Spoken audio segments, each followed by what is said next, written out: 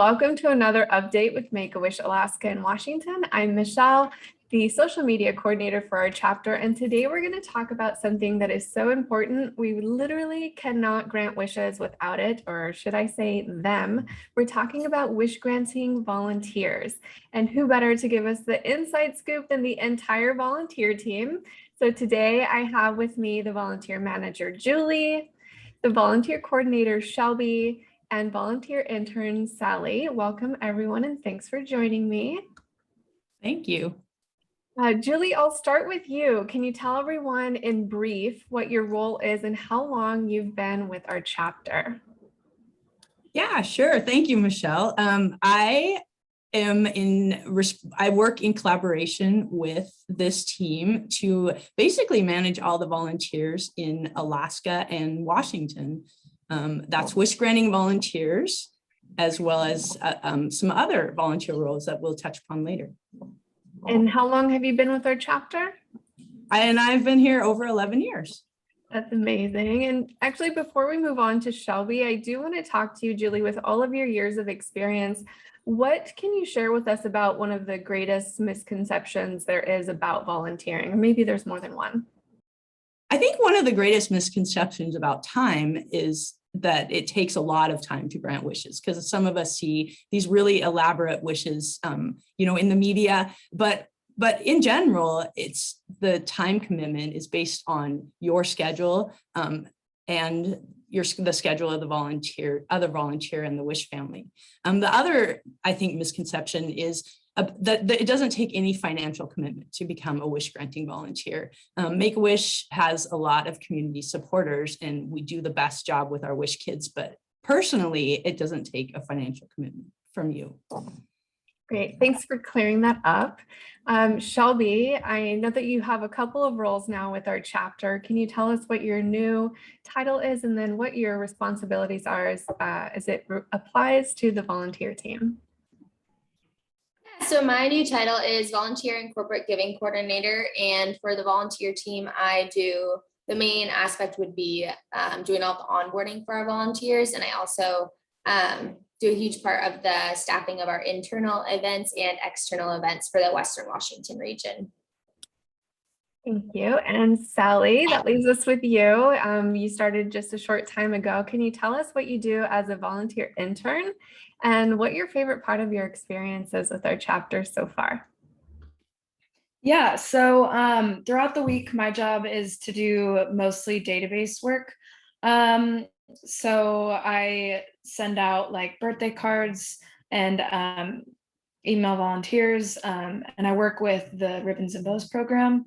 I've really loved getting to know everybody in the volunteer department, and also as a business student, it's really cool to get some experience working in a company that I can see myself working at in the future.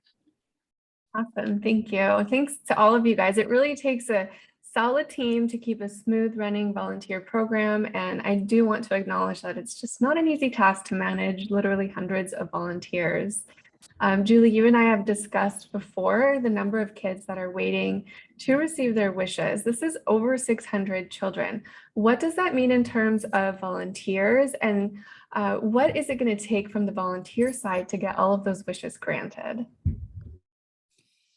Yeah, we call it our pipeline. It's how many kids have qualified for a wish, but we haven't been able to grant that. And it went up tremendously over COVID, because at this time we're not able to send very many wish kids on trips. And usually in regular years, pre-COVID, it is 85% of our kids wish to travel somewhere. So some of those kids have changed their wishes and have found joy in another kind of wish that we can grant while travel isn't happening. But there are a lot of kids who that's their heartfelt wish, is to travel somewhere with their family and have that kind of experience. So we have a lot of kids waiting for travel. And what that means is we need to keep them excited. Once a volunteer team reaches out to a wish family and starts talking to them about the wish, it just gives the child this joy and something to look forward to and this hope. And so to keep that going while they're waiting for their wish to happen, whenever travel can open up, is such an important role of our volunteers right now. And because we're not able to grant as many wishes as we typically would, usually we would grant over 400 wishes in a year. This year we did almost 200. So, but then you have those kids just waiting for their wish. And so that pipeline gets larger. And so we really do need more volunteers who can help the kids maintain that joy and look forward to their wish when we're able to grant it. Yeah, and Shelby, you're the first person really to be in contact with people that are interested in volunteering. Can you tell us what the onboarding process is like and how long it takes? Yeah, so basically what will happen is if someone's interested in volunteering, then I'll typically get an email from them or a phone call. And then from there, we set up a time to chat for about 15 minutes and just ask you some questions. I'll go over the overview of the wish granting process. And then from there, I send you an application. And then once I get it back, I'll enroll you into a wish granter training. It's about 30 minutes right now with a short little quiz at the end. And then we put the volunteer through a background check, and then they're set to be a wish granter. It's pretty much self-paced and in control of the potential volunteer. So super speedy if you want it to be, but also you can spread it out to how it accommodates to your own schedule at the time. Great. So to reiterate, it is at the pace of the person who's volunteering, right? So nothing's going to be too quick or drawn out too long. You're in total control of your volunteer experience as it regards the onboarding process. Julie, you mentioned that some of these Wish kids have had to wait a little bit longer, and our community and the Wish families, they've all been so understanding with the ways that we've pivoted during the last year and a half and the changes that have caused some of these wishes to be delayed. So I'm actually going to ask Sally, what are some of the things that volunteers have done while waiting for wishes to move forward? Yeah, so volunteers have a really special responsibility of making sure that the excitement of anticipating a wish stays vibrant for Wish kids and their families. Some volunteers have gotten pretty creative and have done anything from surprise cookie drop-offs to giving gifts during the holidays or birthdays or specific milestones, and finding fun ways of keeping their kids excited for their upcoming wishes.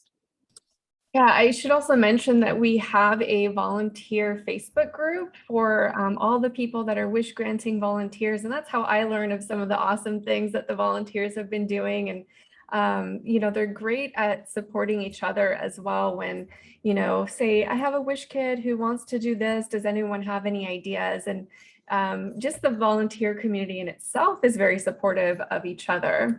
It's super clear, I think, to everyone how Wish kids benefit from the Wish experience.